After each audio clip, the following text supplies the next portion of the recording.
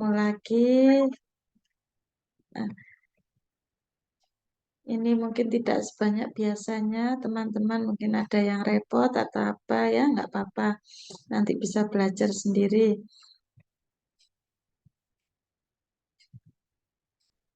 Izin share screen ya.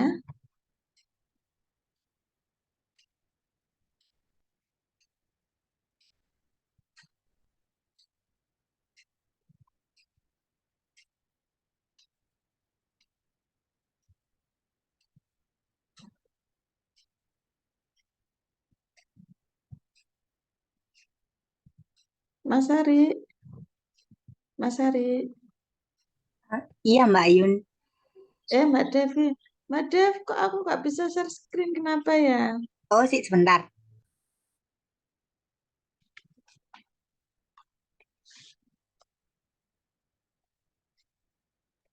Sudah Mbak Yun. Oke, makasih Mbak Devi. Iya, sama-sama.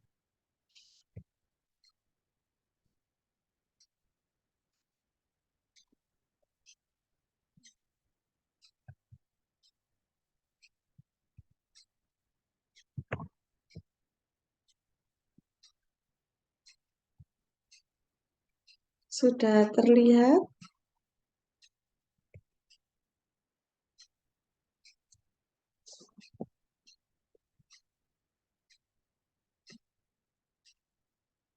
Sampun? Sudah terlihat, Mbak?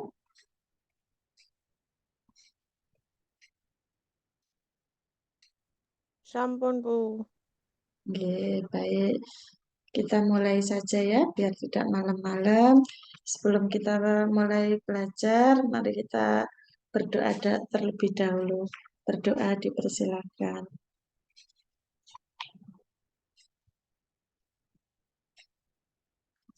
Berdoa selesai. Baik, seperti biasanya ya, kita baca soalnya bergantian. Untuk nomor 1, Mbak Isvina. Oke, Bu. Seorang ibu yang begitu tahu bahwa dirinya hamil merasa senang dengan kehamilannya dan timbul rasa sayang terhadap janin yang dikandungnya. Rasa sayang tersebut semakin kuat saat ibu tersebut berada pada masa awal postpartum yang dinamakan juga bonding attachment. Betul ya, setuju ya semuanya ya. Bonding attachment atau hubungan kasih sayang, ya.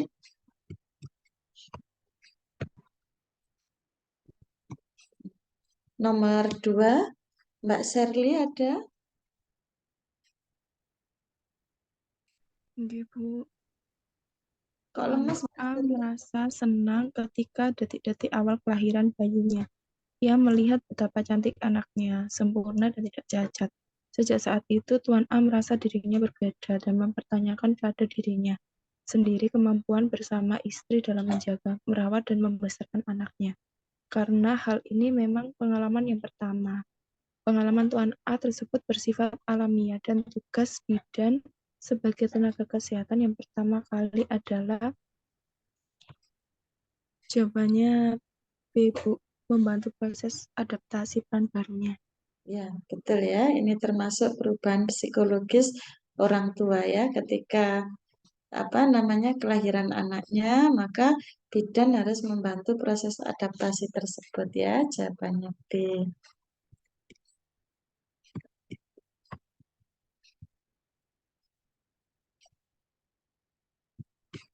Soal nomor 3, Mbak Heryu.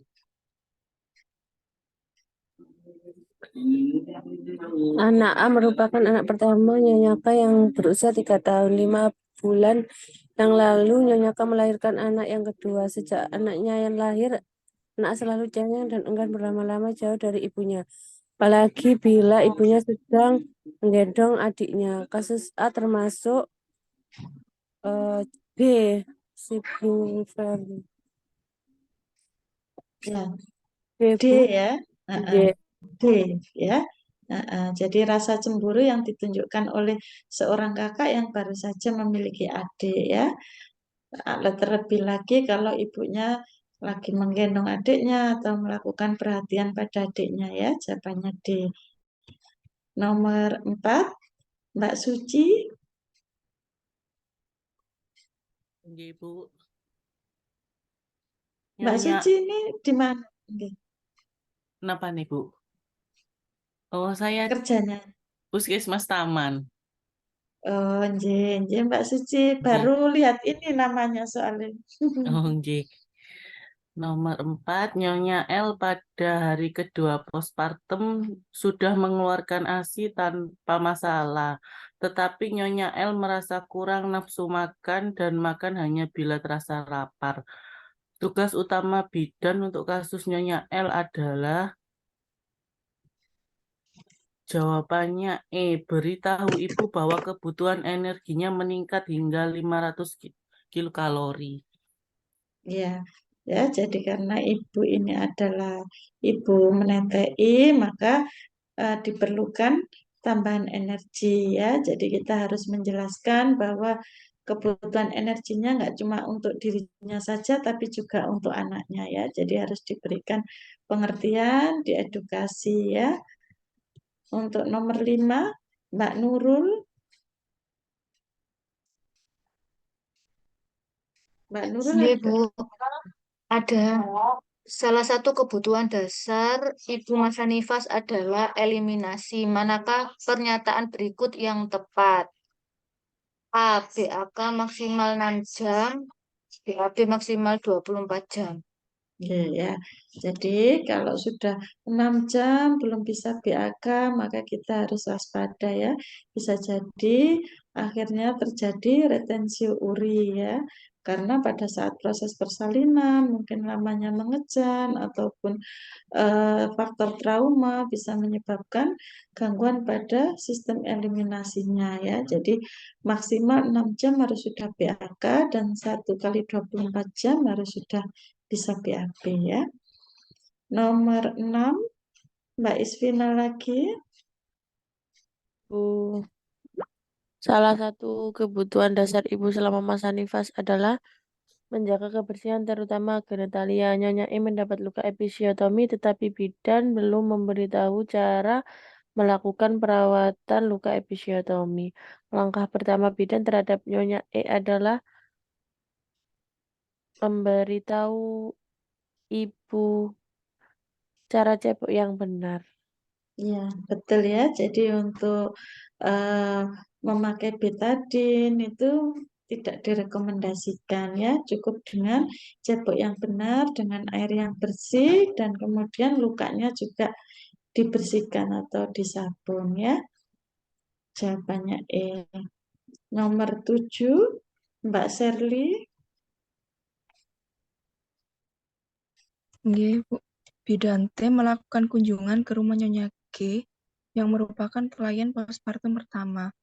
Dari hasil evaluasi saat kunjungan, involusi uterus klien berjalan normal dan tidak ditemukan kelainan perdarahan. Bidan T memastikan ibu cukup istirahat dan nutrisi. Tidak ada gangguan pemberian ASI dan yang pasti, menilai peningkatan adaptasi Nyonya G dalam melaksanakan perannya berdasarkan data tersebut. Diagnosis untuk Nyonya G adalah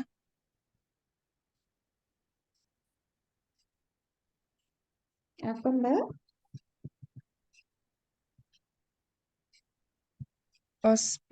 Nyonya G P1A0 postpartum 6 hari ya, Bu. Ayo apa? 6 hari? Ya, betul ya. Jadi ini termasuk kunjungan nifas kedua ya. Kalau kunjungan nifas pertama kan tentang pemberian ASI ya.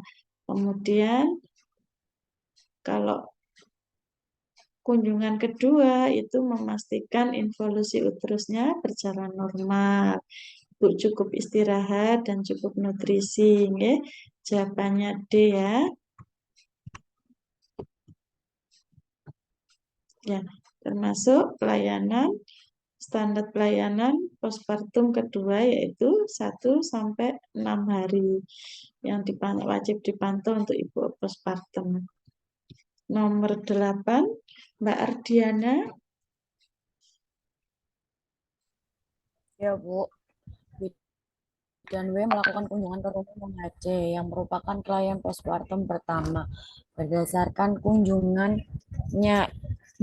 kunjungannya ini, bidan W akan mengevaluasi permulaan hubungan seksual, metode KB yang akan digunakan, dan latihan pengencangan otot perut. Berdasarkan beberapa planning yang dilakukan bidan W, diagnosis yang tepat adalah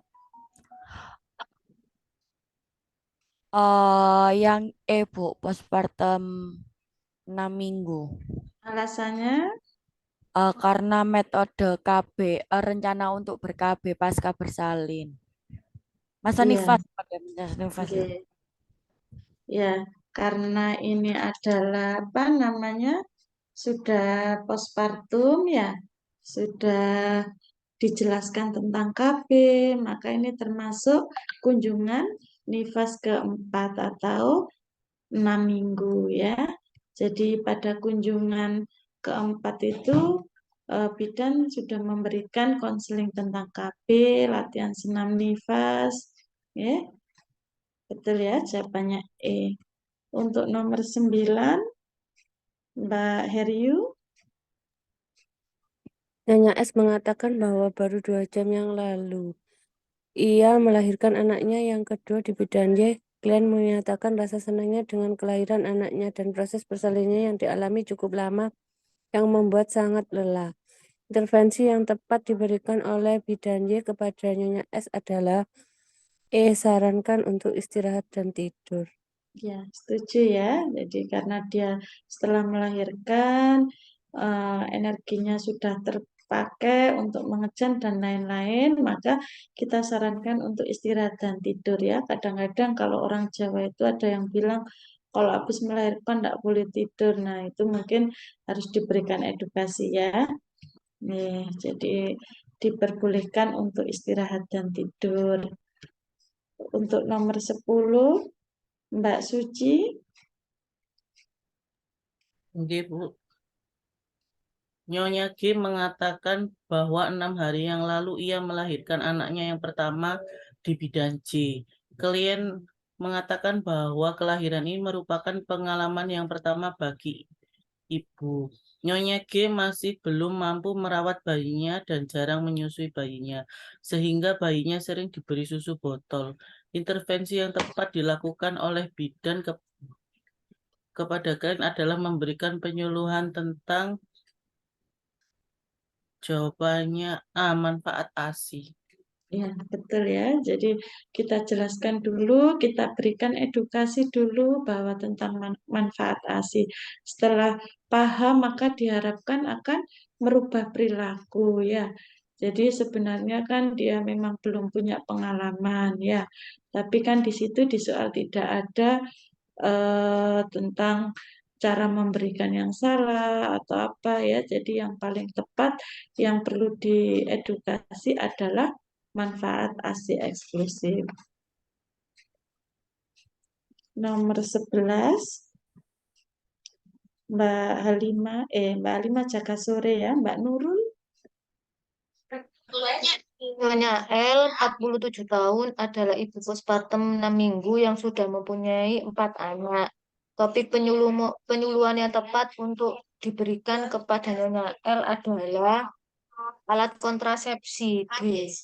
Ya, betul ya. Seandainya Mbak di soal itu sudah disebutkan bahwa edukasi yang diberikan adalah tentang alat kontrasepsi.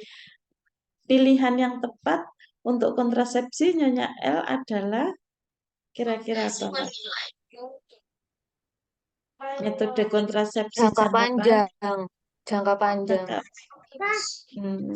Kalau sudah 47, kalau pilihannya ada kontak, mungkin lebih tepat dipilih kontak ya Mbak ya. Ya, MOW. MOW atau karena usianya sudah 47, sangat berisiko jika melahirkan. Anaknya juga banyak. Ya, betul. Jadi kalau jangka panjang itu untuk yang mengatur jarak kelahiran, misalkan eh, anaknya baru satu, tapi pengen punya anak lagi 5 tahun lagi atau 3 tahun lagi, itu pakai metode kontrasepsi jangka panjang. Tapi kalau usianya sudah di atas 35, jumlah anaknya sudah lebih dari 2, lebih baik lagi kalau pakai kontak, ya. Mantap. Oke. Untuk nomor 12, Mbak Ardiana. Ya, Bu. Suatu keadaan setelah plasenta lahir sampai kembalinya alat kandungan seperti semula disebut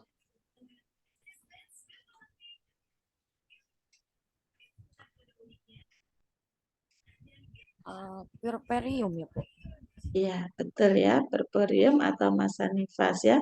Kalau nidasi itu kan proses apa? Proses membuah. Ya, membuah. Yo, bukan. Kalau Jalan.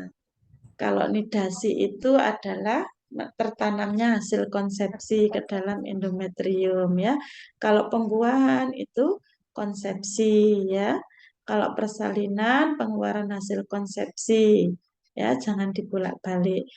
Jadi konsepsi dulu baru kemudian nidasi ya.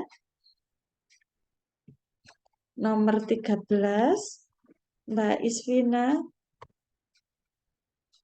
Ibu, involusi uteri berlangsung kira-kira selama 6 minggu, Bu.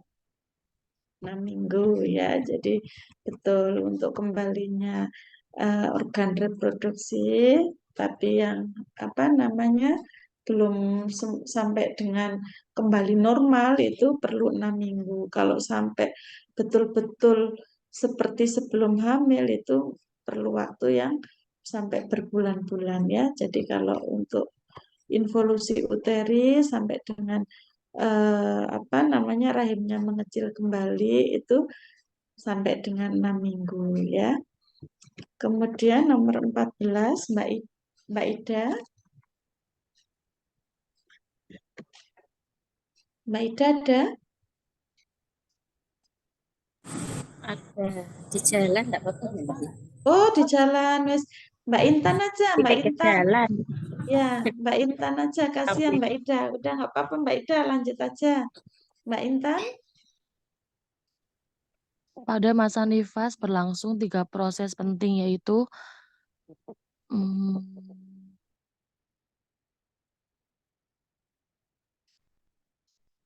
yang nggih, Bu. Ya, betul ya. Jadi pada proses masa nifas itu terjadi involusi uteri, yaitu kembalinya rahim ke ukuran semula ya. Kemudian kalau hemokonsentrasi berarti konsentrasi darah kembali seperti sebelum hamil. Karena pada saat hamil itu kan terjadi penambahan volume darah ya, sehingga menyebabkan hemodilusi.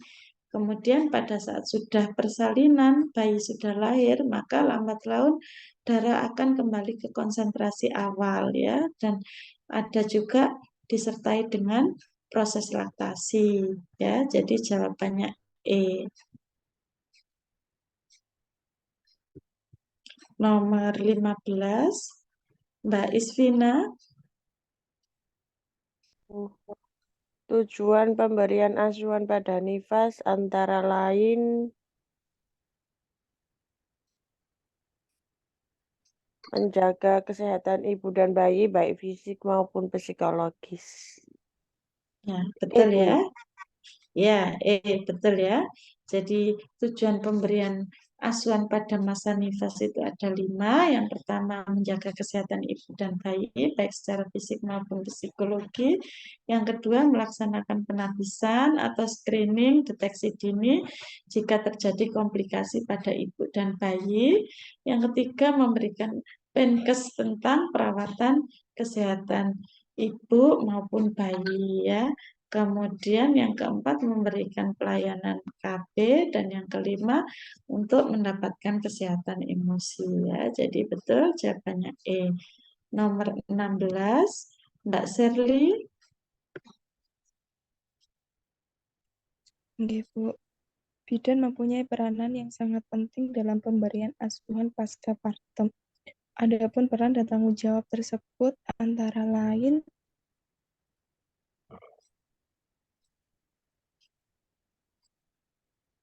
B, Bu, melakukan rujukan bila sudah terjadi kedaruratan. Nah, ini untuk kondisi apa ini? Asuhan pasca partum ya. Jadi kalau di sini untuk asuhan pasca partum itu berarti kita sebagai promotor ya hubungan ibu dan bayi serta keluarga ya. Kalau yang tadi itu kan tujuan dari pemberian asuhan nifas. Tapi kalau peran itu berarti peran kita sebagai bidan ya. Jadi perannya dalam pemberian asuhan postpartum itu sebagai bidan di masa nifas ada 4 ya. Yang pertama memberikan dukungan secara berkesinambungan dengan kebutuhan ibu masa nifas ya untuk mengurangi ketegangan fisik dan psikologis selama masa nifas. Yang kedua sebagai promotor hubungan antara ibu dan bayi serta keluarga. Yang ketiga mendorong ibu untuk menyusui bayinya dengan meningkatkan rasa nyaman.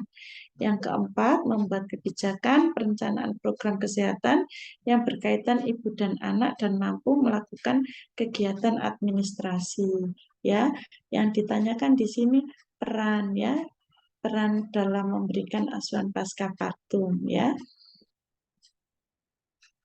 Nomor 17, Mbak Heriu. Tahapan masa nifas terbagi dalam B3 tahap, Bu. Ya, apa saja Mbak?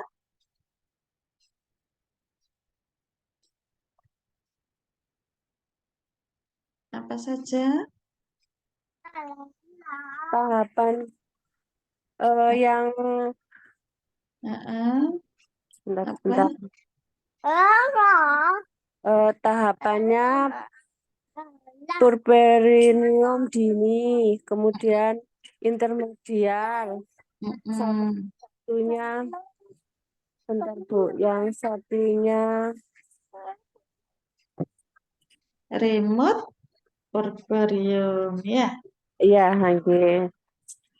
Ya, jadi kalau puerperium dini itu pada hari-hari pertama masa nifas, yaitu kepulian yang memungkinkan ibu untuk berdiri dan berjalan-jalan.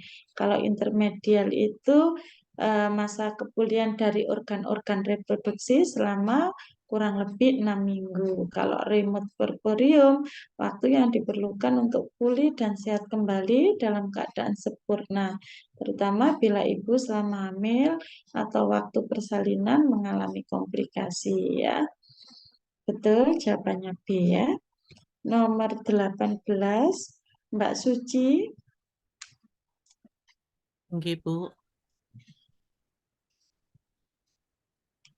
Suatu masa kepulihan yang memungkinkan ibu berdiri dan berjalan-jalan disebut 18, jawabannya berdiri dan berjalan-jalan. Apa ya? Yang dini, puerperium C. Ya, betul ya. Jadi kalau berdiri, berjalan itu berarti puerperium dini ya. Sudah jelas ya. Jadi kalau untuk organ-organ reproduksi kepulihannya kurang lebih 6 minggu. Kalau untuk pulih sehat seperti keadaan sebelum hamil itu perlu waktu berbulan-bulan ya yang disebut dengan remote puerperium. Nomor 19, Mbak Halimah.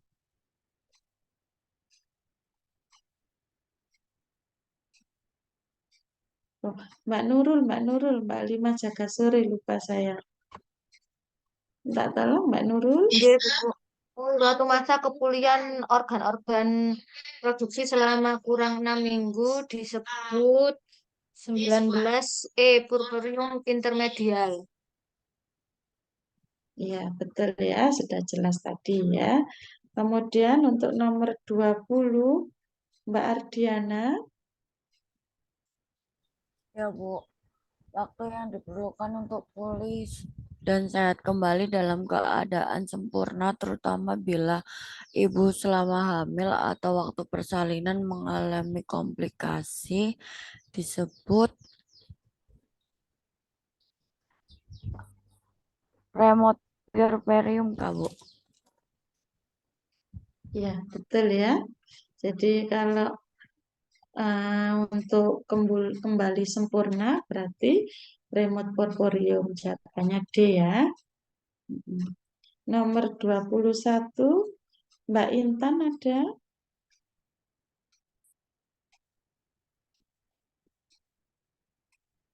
Mbak Intan nggak ada. Mbak Isvina? Ya, Ibu. Tujuan kebijakan program nasional asuhan pada masa nifas adalah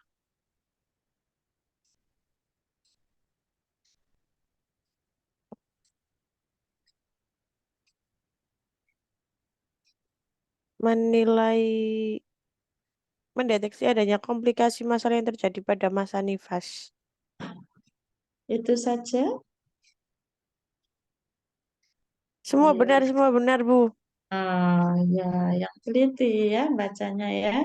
Jawabannya E ya. Jadi ada Ye. menilai kondisi kesehatan, pencegahan, mendeteksi dan menangani komplikasi ya. Jawabannya E ya, Mbak Isvina ya. Oke, Bu. Nomor 22, Mbak Sherly. Ibu, pemberian ASI awal diberikan pada kunjungan Bu ya, kunjungan awal. Ada kunjungan awal di KN apa? Kunjungan neonatus KN ada yang namanya kunjungan awal? Maaf Bu, kunjungan persatu. Iya, betul ya. Jadi kunjungan awal itu tidak ada istilahnya untuk kunjungan neonatal ya. Jadi yang betul adalah KN1 ya. Asuhan yang diberikan pada 6 sampai 7 jam postpartum atau bayi baru lahir yaitu iya. Untuk kunjungan nifas dan bayi baru lahir itu yang pertama adalah mencegah terjadinya perdarahan karena atonia uteri. Terus mendeteksi penyebab perdarahan. Jika terjadi perdarahan dilakukan rujukan ya. Konseling cara mencegah perdarahan yang disebabkan oleh atonia uteri, kemudian pemberian ASI awal ya, mengajarkan cara mempererat hubungan antara ibu dan bayi, menjaga bayi tetap sehat melalui pencegahan hipotermi, dan yang ketujuh melakukan observasi ibu dan bayi selama 2 jam pertama ya. Nggak ada ya untuk kunjungan awal ya Mbak ya. Ya. Nomor 23 Mbak Heryu. Tujuan pemberian ASI sedini mungkin atau early initiation adalah bentar. Ketiga. Apa Mbak? Ya Bu ya. Kalau itu kan caranya, kalau Iya. diletakkan di antara payudara, yang ditanyakan di sini apa? Tujuannya, ayo apa tujuannya?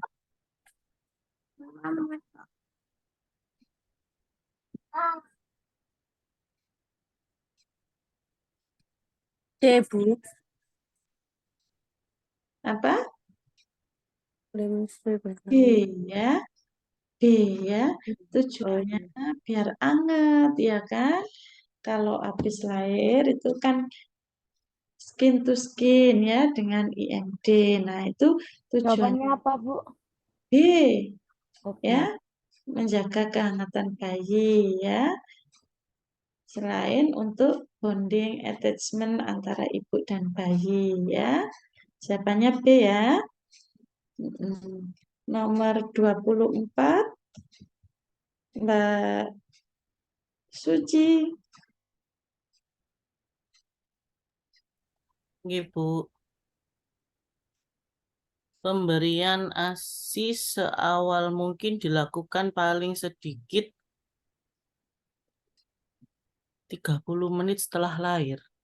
Ya, betul ya. Jadi memang kita langsung melakukan IMD ya. Tapi ketika di IMD itu juga ada tahapan-tahapannya. Yang pertama, pada menit-menit awal itu bayi akan diam, dia beristirahat, tapi dengan waspada melihat sekelilingnya. Baru kemudian bereaksi setelah beberapa menit ya, berusaha untuk mencari puting ya, kemudian keluar air liur ya, baru kemudian bisa apa menghisap puting susunya ya, dan itu kurang lebih diperlukan waktu sekitar 1 jam ya. Jadi di sini paling sedikit ya 30 menit ya, kalau langsung tidak mungkin ya. IMD tetap dilakukan segera, tapi bayi untuk bisa mendapatkan ASI itu perlu waktu ya. Jawabannya E ya, 30 menit ya. Nomor 25, Mbak Nurul. Iya, Bu. Manakah di bawah ini yang bukan hal yang berkaitan dengan perawatan payudara? B. Menghambat pengeluaran ASI. Ya, betul ya. Jadi kalau tujuan dari perawatan payudara itu agar peredaran darahnya lancar ya. Kemudian juga untuk menyiapkan laktasi ya. Jadi kalau menghambat pasti salah ya. Nomor 26, Mbak Ardiana. Ya, Bu. Tanda bayi dalam posisi yang baik pada payudara ibu adalah hmm,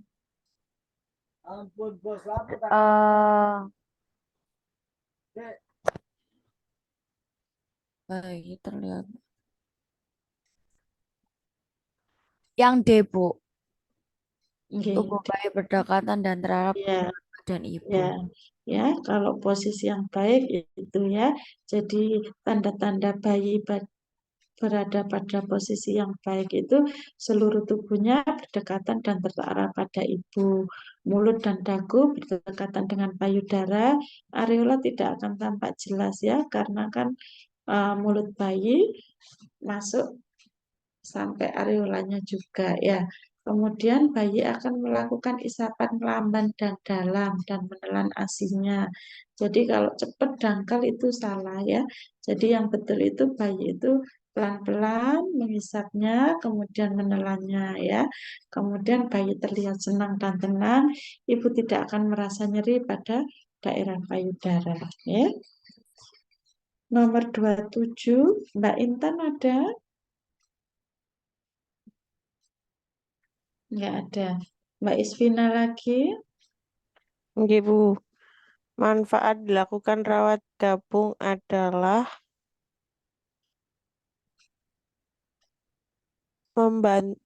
membantu involusi uteri. Ya, betul ya. Jadi involusi uteri itu bisa cepat kembali ke normal jika dengan ibu rawat gabung. Karena dengan rawat gabung maka akan selalu menetai bayinya ya. Jadi ada beberapa keuntungan dari rawat gabung itu bisa dilihat dari aspek fisik, fisiologi, psikologis, edukatif, ekonomi maupun medis ya. Nanti dibaca sendiri, nanti saya share untuk PPT-nya ya. Kemudian untuk nomor 28, Mbak Sherly. Iya, Bu. Pemberian ASI pada bayi sebaiknya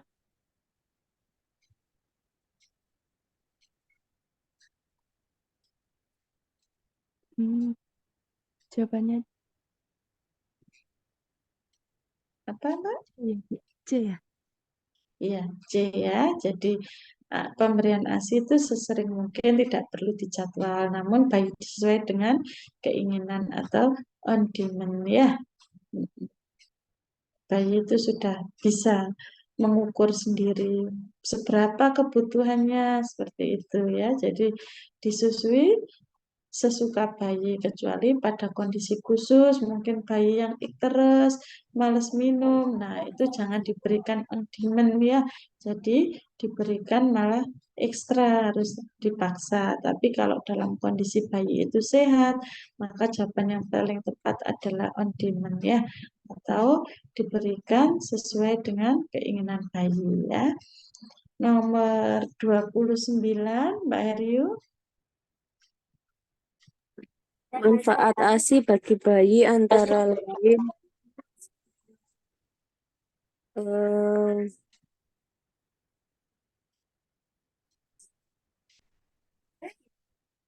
tumbuh kembang bayi lebih baik.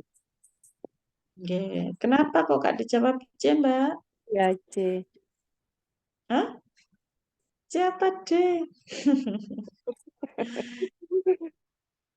Ayo, sempede ya, yang benar D ya. Jadi kalau A Ya. itu manfaat ASI secara ekonomi ya, eh, psikologi ya. Jadi keluarga bahagia. Kemudian kalau kedua itu manfaat ASI untuk ibu ya. Yang ketiga itu untuk program pemerintah ya. Yang keempat itu untuk bayinya sendiri ya. Yang Ya. kelima juga sama. Itu aspek ekonomi. Nomor 29 ya. Jadi ini manfaat ASI ya, sebagai nutrien sesuai dengan kebutuhan bayi, mengandung zat protektif, mempunyai efek psikologis yang menguntungkan bagi ibu dan bayi. Yang keempat, menyebabkan pertumbuhan dan perkembangan bayi menjadi baik. Dan yang kelima, mengurangi kejadian karies dentis. Ya. Nomor 30, Mbak Suci. Ibu. Manfaat ASI bagi ibu ditinjau dari aspek keluarga berencana adalah menyusui secara eksklusif dapat menjarangkan kehamilan. Ya, betul ya. Jadi dengan menyusui eksklusif itu akan menyebabkan hormon yang akan menekan ovulasi sehingga tidak terjadi haid. Otomatis akan menunda kesuburan ya. Jadi dengan ASI eksklusif bisa digunakan sebagai metode kontrasepsi alamiah yang disebut dengan MAL atau metode amenorrhea laktasi. Jawabannya E ya. Nomor 31, Mbak Nurul. Air susu ibu yang merupakan cairan dengan viskositas kental, lengket, dan berwarna kekuningan disebut kolostrum. Ya, betul ya. Jadi, kolostrum adalah air susu yang pertama kali keluar ya, dihasilkan oleh kelenjar payudara pada hari pertama sampai hari keempat pasca persalinan. Kalau ASI peralihan itu dari kolostrum menjadi ASI matang.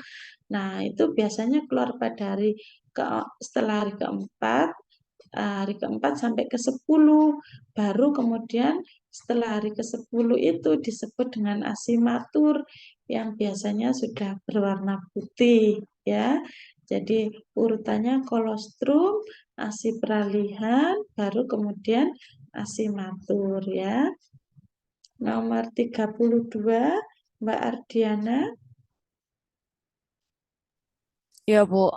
Air susu ibu matur yang mengalir pertama kali atau saat 5 menit pertama disebut Diana enggak tahu, Bu.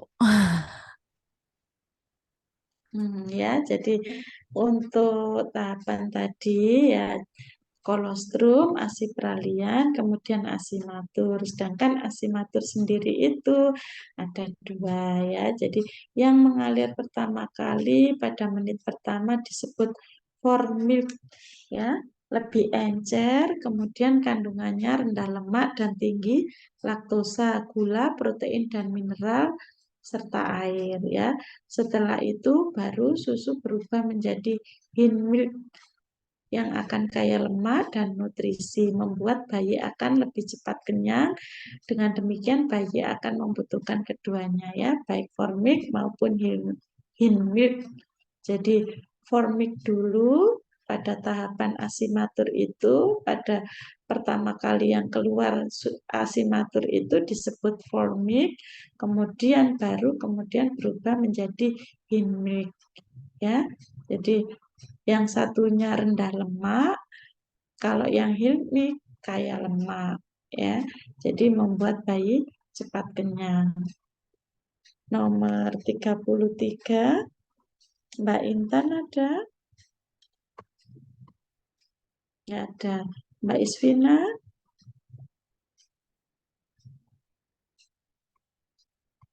Mbak Isvina ada? Ada, Bu. Maka Mbak Isvina. Kandungan ASI yang kaya akan lemak dan nutrisi sehingga membuat bayi cepat kenyang adalah hind milk. Iya, betul ya. Jawabannya B ya. Nomor 34, Mbak Sherly. Nggih, Bu. Hal yang dapat mempengaruhi produksi ASI adalah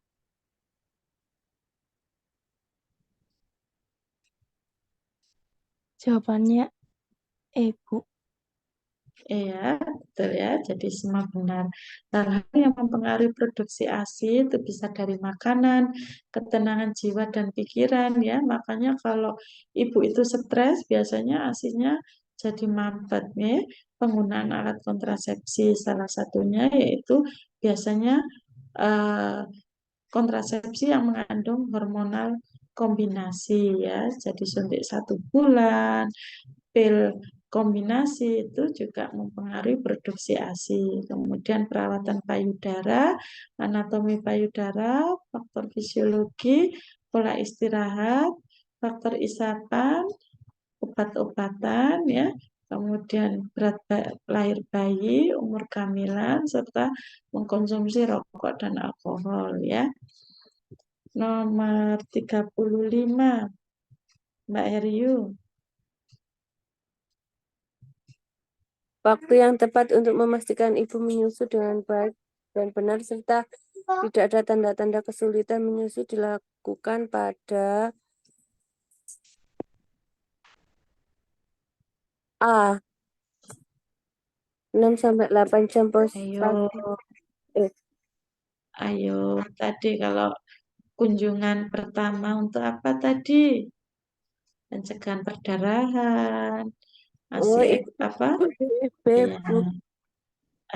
ya B ya. Jadi ini termasuk kunjungan kedua ya. Kunjungan kedua itu kan setelah 1 hari sampai dengan 7 hari ya. Jadi jawaban yang betul adalah B ya, 6 hari postpartum. Jangan lupa ya memastikan involusi ya, tanda-tanda demam, istirahat cukup, makan yang bergizi, kemudian memastikan menyusui dengan baik dan benar, serta jika ada tanda-tanda kesulitan menyusui ya, konseling tentang perawatan sehari-hari. Ya, jawabannya B ya Mbak ya. 36 Mbak Suci. Asuhan pada 6 hari pasca partum dapat diberikan juga pada saat kunjungan nifas 6 hari, 2 minggu pasca partum, Bu. Yang C. Iya, 2 minggu ya. Terus, jadi kan apa namanya kunjungan nifas kan kalau yang kedua itu kan dari lebih dari 1 hari sampai 7 hari ya, kemudian 7 hari sampai 14 hari ya. Nomor 37 Mbak Suci, Mbak Suci sudah ya, Mbak Nurul. Mbak Nurul ada? Ada, Bu. Asuhan yang dapat diberikan pada 6 minggu pasca postpartum adalah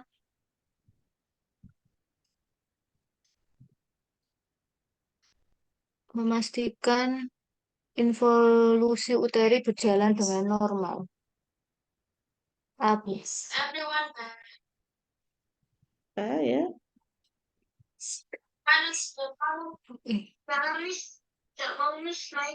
Ya, kalau A itu involusi uteri itu pada kunjungan kedua, ya.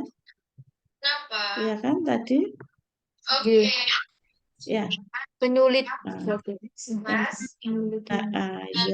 Ya. Sama konseling KB ya. Nomor 38, Mbak Ardiana. Ya, Bu. Konseling perawatan bayi baru lahir diberikan oleh bidan pada kunjungan pertama, Bu, KN1. Ya, betul ya. Nomor berapa tadi, Mbak? 38 ya. 38 ya. Nomornya ini, Bu. Apa rancu jadi bingung, Bu. Kayak lompat satu nomor. Skornya tetap sama. Lompat satu nomor ya, Mbak ya.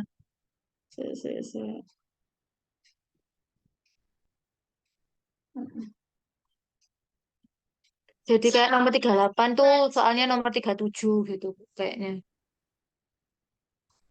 Iya, Mbak.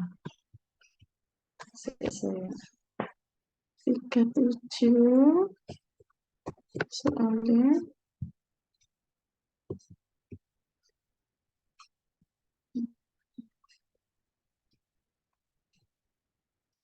pokoknya ini ya tadi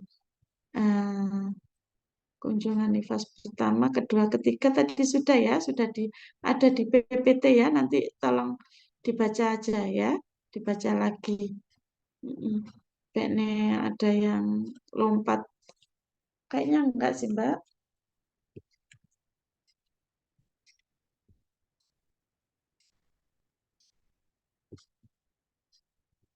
Ya. Nomor 39, Mbak Isvina lagi.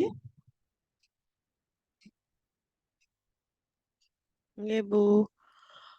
Setelah melakukan pertolongan persalinan, bidan sebaiknya menjaga dan melakukan pengawasan kesehatan ibu dan bayi minimal selama 24 jam. Minimal, kalau minimal 2, Bu. ya 2 jam ya. Jadi untuk mencegah terjadinya komplikasi, terutama kalau pada ibu itu perdarahan karena atonia, pada bayi itu hipotermi, minimal 2 jam. Kalau standar perawatan persalinan baru 24 jam. 24 Ya, jam. Oke, Bu. minimal pengawasan itu 2 jam pertama. 2 Oke. jam. Oke. Nomor 40, Mbak Sherly. Nggih, Bu. Saluran di bawah areola yang besar dan melebar kemudian memusat ke dalam puting serta bermuara keluar adalah D, Bu, sinus lactiferus. Iya, betul ya. Jadi kalau alveolus itu bagian terkecil yang memproduksi susu. Korpus berarti badan, bagian payudara yang besar. Ductus adalah beberapa duktus yang bergabung membentuk saluran yang lebih besar ya. Kalau papila atau puting adalah bagian yang menonjol di puncak payudara. Nomor 41, Mbak Heryu. Hormon dalam proses laktasi yang berfungsi mempengaruhi pertumbuhan dan ukuran alveolia adalah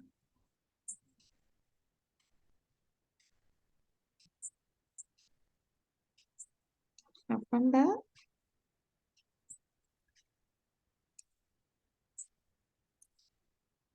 sebentar. Prolaktin ya, Bu, ya. Prolaktin Iya. kalau hanya pertumbuhan ukuran prolaktin Pak. Bentar, Mbak.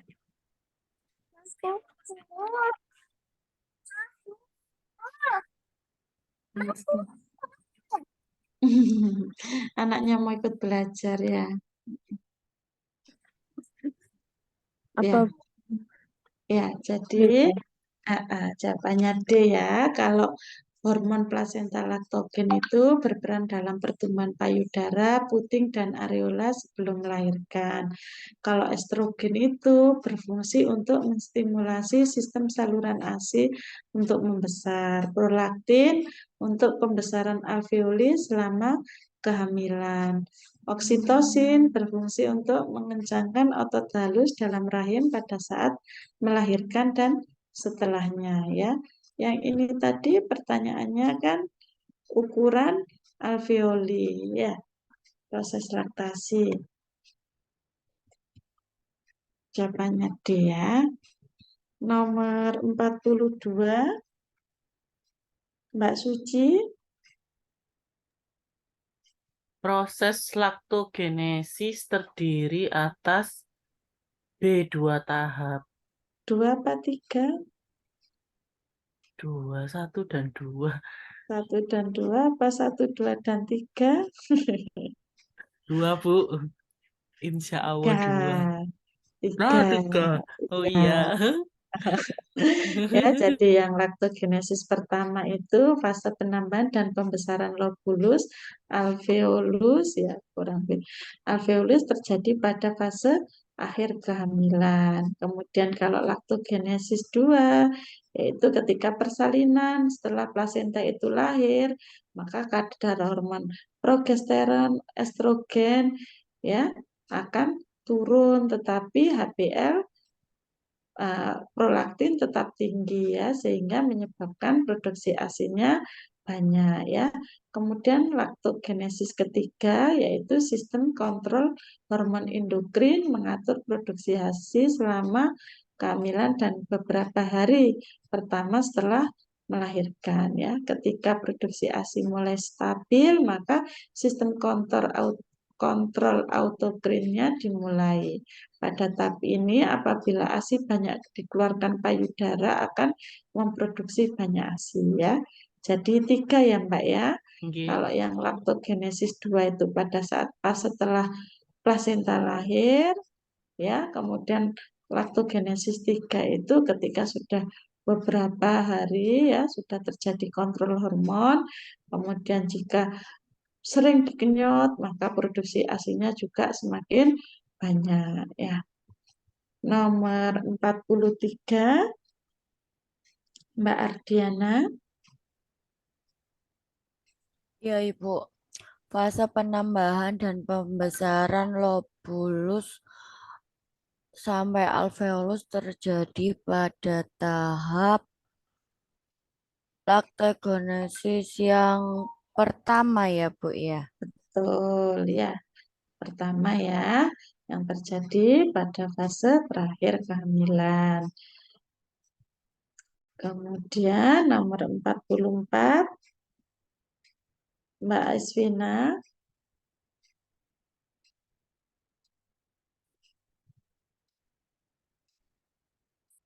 Enggak ada, Mbak Sherly. Nggih, Bu. Laktogenesis 3 merupakan tahapan dengan Bu, adanya controlling system endokrin dalam mengatur produksi ASI. Iya, betul ya. Kalau terjadi pada akhir kehamilan tadi laktogenesis 1.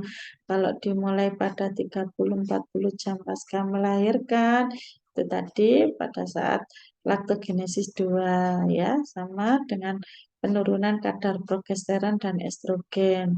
Kalau ada penambahan dan pembesaran lobulus alveolus, laktogenesis 1. Kalau laktogenesis 3, controlling sistem endokrin ya. Betul jawabannya E ya. Nomor 45 Mbak Heryu. Benar. Hal yang meningkatkan refleks Ledron adalah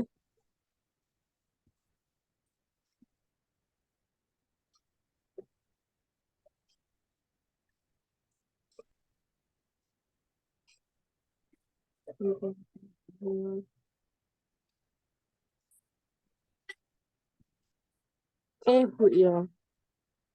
Apa? Apa ya sampai D ya? Bentar.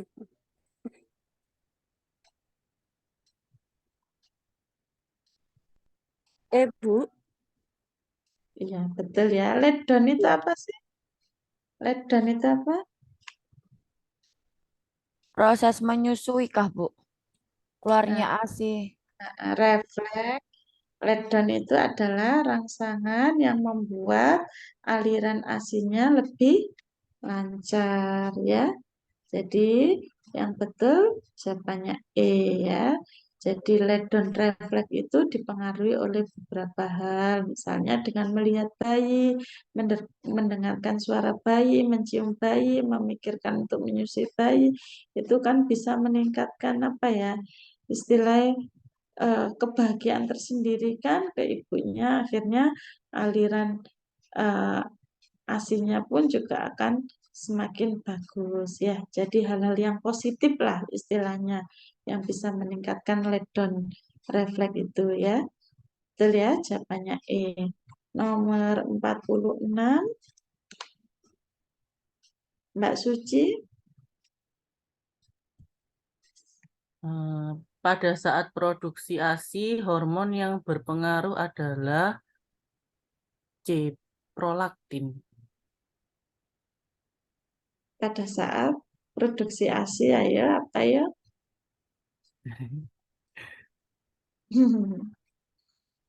Ya, kalau HPL itu diproduksi iya. oleh plasenta. Estrogen diproduksi untuk pembentukan folikel. Kalau progesteron dipersiapkan untuk proses pematangan folikel. Prolaktin untuk produksi ASI-nya dan oksitosinnya untuk pengeluaran ASI-nya. Ya. Nah, yang di sini saat produksi ASI berarti jawabannya apa tadi? Prolaktin. Prolaktin ya. Iya. Nomor 47, Mbak Nurul.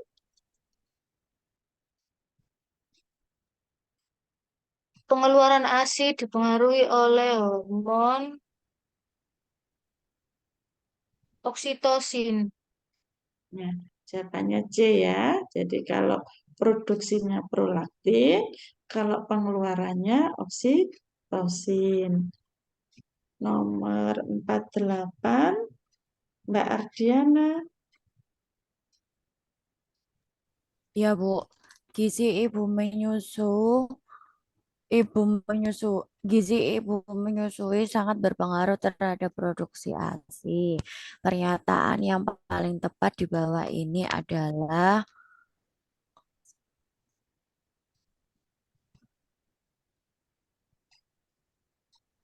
gizi ibu menyusui.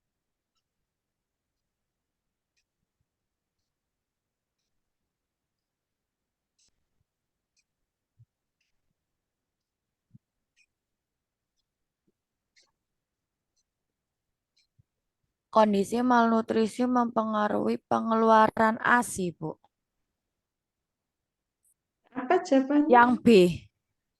Nah, kalau mempengaruhi pengeluaran ASI itu tambah banyak apa tambah sedikit? Oh iya, tambah sedikit ya, Bu. Mm-mm. Ya, jadi yang lebih pas jawabannya D ya. Jadi Oh yang D. malnutrisi itu bisa mengurangi 15% volume ASI. Eh, ini keterangannya, nggih.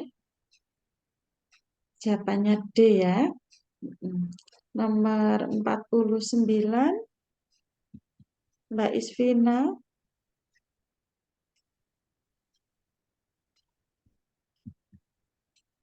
Mbak Isvina ada? Mbak Sherly?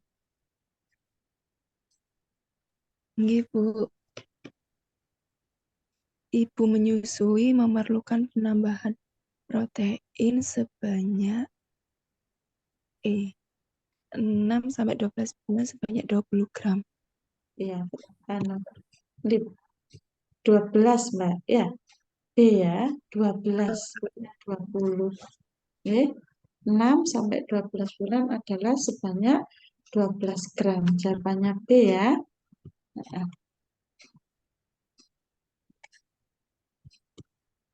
nomor 50, Mbak Heryu. Pentingnya aktivitas bagi ibu menyusui kecuali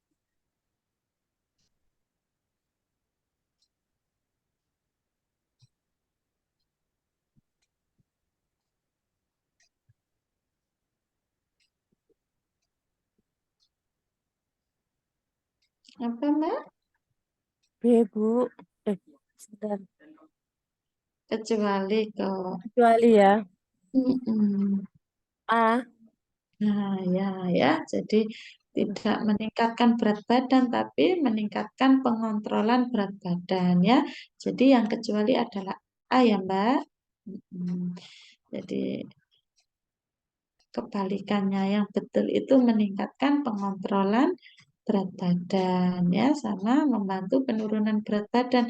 Kalau jawaban yang A tadi kan meningkatkan berat badan, masa iya menyusui tanpa meningkatkan berat badan ya? Jawabannya A ya, karena di pertanyaannya adalah kecuali. Nomor 51, Mbak Ardiana. Ya, Bu. Kebutuhan kalori total yang diperlukan Selama selama menyusui. Diana enggak tahu, Bu. jawabannya E ya. Oh, jawabannya 2000 Bu. kilokalori ya. Ya, nanti biasanya yang keluar ya yang kayak gini-gini aja kok. Maksudnya bukan yang rumit-rumit ya, paling ibu menyusui kayak gitu ya. Nomor 52, Mbak Isvina.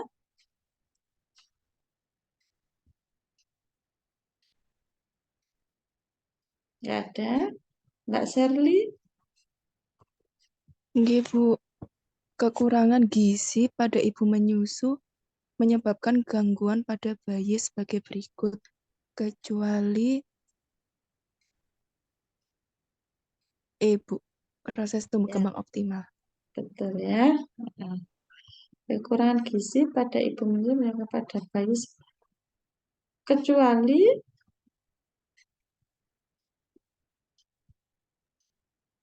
apa?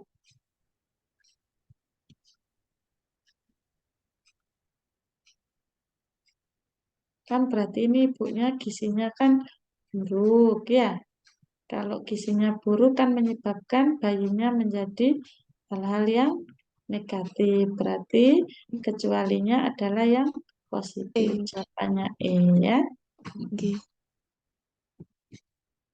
Ini ya jawabannya E. Nomor 53.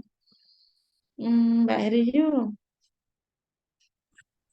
Makanan atau minuman substansi yang harus dihindari oleh ibu menyusui.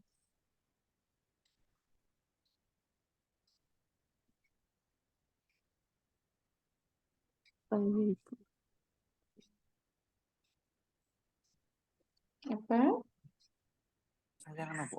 Obat terlarang. Rokok Terus C.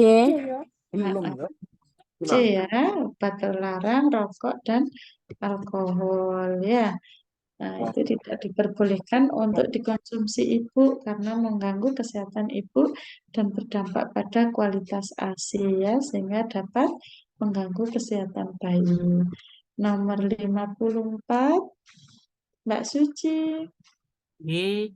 Pemberian vitamin A yang diperlukan ibu menyusui dalam 8 mg pertama setelah persalinan adalah B. 200.000 intrajum. Ya, warnanya apa, Mbak? Merah. Merah, hijau ya. Kalau yang di puskesmas pasti sudah hafal ya. Kayak di rumah Iya, sakit kadang masih bingung. Iya. bingung, suka-suka lupa ya. Nggih. Nomor 55 terakhir.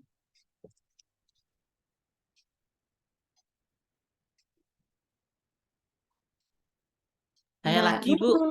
Ya, Oh, ya. Heeh. eh, pada pemberian ASI eksklusif, apa itu? Pemberian ASI eksklusif 6 bulan menyusui terjadi penurunan berat badan ibu sebesar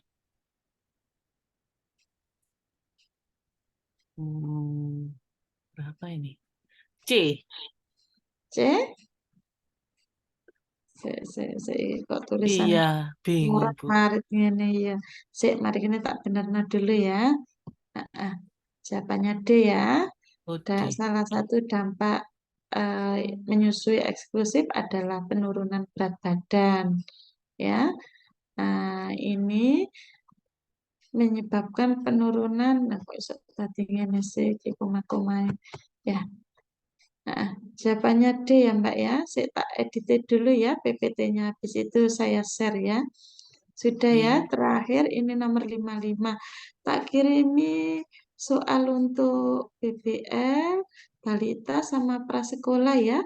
Buat belajar. Nanti untuk pembahasannya, nanti menyusul tak bikinkan PPT dulu ya. Nggih, Nggih, Bu. Bu. Terima Bu, kasih. maaf mau tanya yang Nah, vitamin A tadi kan Univas itu kan dapat yang merah kan 200.000 unit itu ya. Itu kan kalau Nivas kan dapat dua kapsul, Bu ya. Berarti iya, 200 apa 400? ya Maksudnya berarti Dua kapsul berarti itu dua 200. kapsul 400. Kan satu kapsulnya kan 200.000 unit yang merah. Kan diberikannya dua kapsul sehari sekali. Berarti itu tadi jawabannya, maksudnya totalnya atau per kapsulnya? ya totalnya Mbak. Ya, ya 400 Mbak. berarti ya, Bu ya. Mbak siapa yang mau? Mbak Nurul ya, Mbak Nurul ya. Oke, Bu. Oke. Ya, Mbak Nurul kalau yang di puskesmas itu, kalau yang untuk Ibu Nifas itu kan dikasih yang merah ya Mbak Nurul ya. Ya, merah dua kapsul, Bu. Minumnya sehari Hmm, sekali. ya kan hari ini diminum satu, terus besoknya Oke. minum satu Minum kan. satu. Oke. Berarti kalau total kan 400, tapi kalau untuk 400. sekali minumnya itu kan 200 toh. Oke. Oke, Ya, benar, Bu. oke. Jadi Berarti yang dimaksud dihitungnya per kapsul ya, maksudnya. ya, Siap, jadi Bu. yang diminumkan itu loh berapa dosisnya gitu ya. Oke, oke, Bu, Oke. siap. Oke, Bu. Saya tak Matur edit nuwun. dulu sebentar, habis itu saya kirim ya. Kirimnya di grup aja ya, karena kalau di Zoom ini agak lama ya. Oke, Terus di nanti grup mawon, Bu. Iya, ya Bu, di sama grup aja. Soalnya apa yang ya? kemarin dikirim di Zoom itu hilang. Sama saya kasih untuk bayi baru lahir, balita sama prasekolah ya. Nanti jawabannya, kunci jawabannya tak kasih dalam bentuk PPT nggak apa-apa ya. Oke, oke, Bu. Ya Makasih sudah banyak. ya sama-sama. Ada yang tes minggu depan kah? Belum Jadwalnya lihat, belum Bu. keluar. Belum.